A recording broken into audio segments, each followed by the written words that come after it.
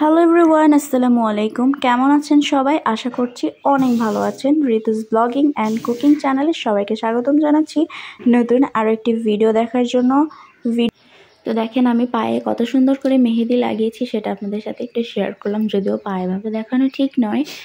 তো আজকে আপনাদের সাথে একটা সুন্দর রেসিপি শেয়ার করব, সেটা হচ্ছে শীতের পাটালি গুড় দিয়ে মজাদার পায়েস। তো পায়েস রান্না করার জন্য মাস্ট বি দুধ লাগবেই। এখানে 3 কেজির মতো দুধ আছে। তো আমাদের এলাকায় প্রচুর দুধ পাওয়া যায়। যতই দুধ পাওয়া যাক না কেন, দুধের দাম কিন্তু কেজি প্রতি অনেকটাই বেশি, প্রায় 80-90 টাকা কেজি।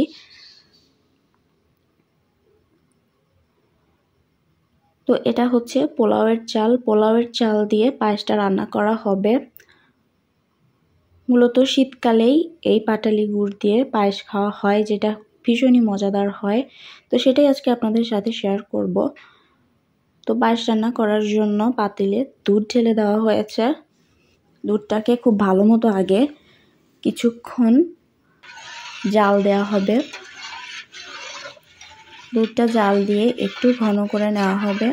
দুধে যখন একটু বলক চলে আসবে, ঠিক তখনই কিন্তু পোলাওয়ের চালটা ধুয়ে দুধের মধ্যে দিয়ে দেওয়া হবে। দুধের পরিমাণটা বেশি আছে আর চালের পরিমাণটা কিন্তু কম। পায়েস রান্না করতে হলে চালটা একটু কম ব্যবহার করতে হয়, তাহলে কিন্তু ওই পায়েসটা বেশি ভালো হয়। তো শীতের পাটালি গুড় দিয়ে আমার আম্মু যেভাবে পায়েস রান্না করেন, সেটাই আমি আপনাদের সাথে একটু শেয়ার করছি। তো দুধ আর চালটা কিছুক্ষণ নাড়াচাড়া করতে হবে। তো চালটা ফোটার জন্য কিছুক্ষণ অপেক্ষা করতে হবে।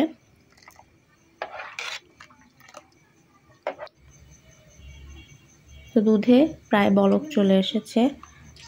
তো এই পর্যায়ে দিয়ে দেওয়া হবে এখানে তেজপাতা, আরও দেওয়া হবে এলাচ, দারচিনি।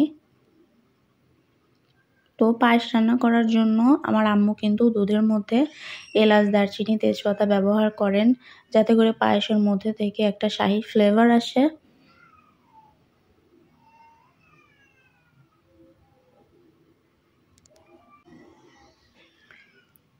এই যে খুবই অল্প পরিমাণ এলাচ, দারচিনি দেওয়া হচ্ছে, বেশি পরিমাণ দেওয়া যাবে না, তাহলে কিন্তু পায়েসের যে অথেন্টিক একটি স্মেল আছে সেটা কিন্তু চলে যাবে। পরিমাণ মতো দিতে হবে এলাচ, দারচিনি। যতক্ষণ না পর্যন্ত চালটা সিদ্ধ হবে, তার আগে কিন্তু মিষ্টি অ্যাড করা যাবে না। চাল সিদ্ধ হওয়ার পরেই কিন্তু এর মধ্যে পাটালি গুড় অ্যাড করতে হবে। তো দুধে বেশ খানিকটা বলক চলে এসেছে, চালটাও প্রায় ফুটে এসেছে। এই যে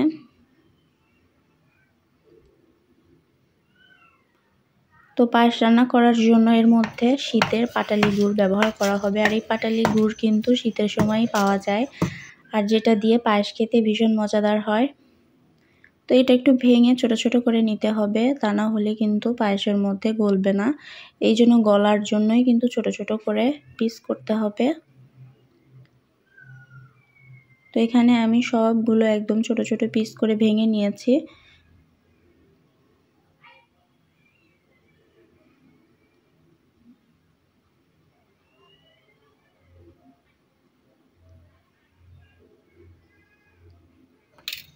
এই তো দুধটা ঘন হয়ে এসেছে, এদিক থেকে চালটাও খুব ভালো মতো ফুটে এসেছে।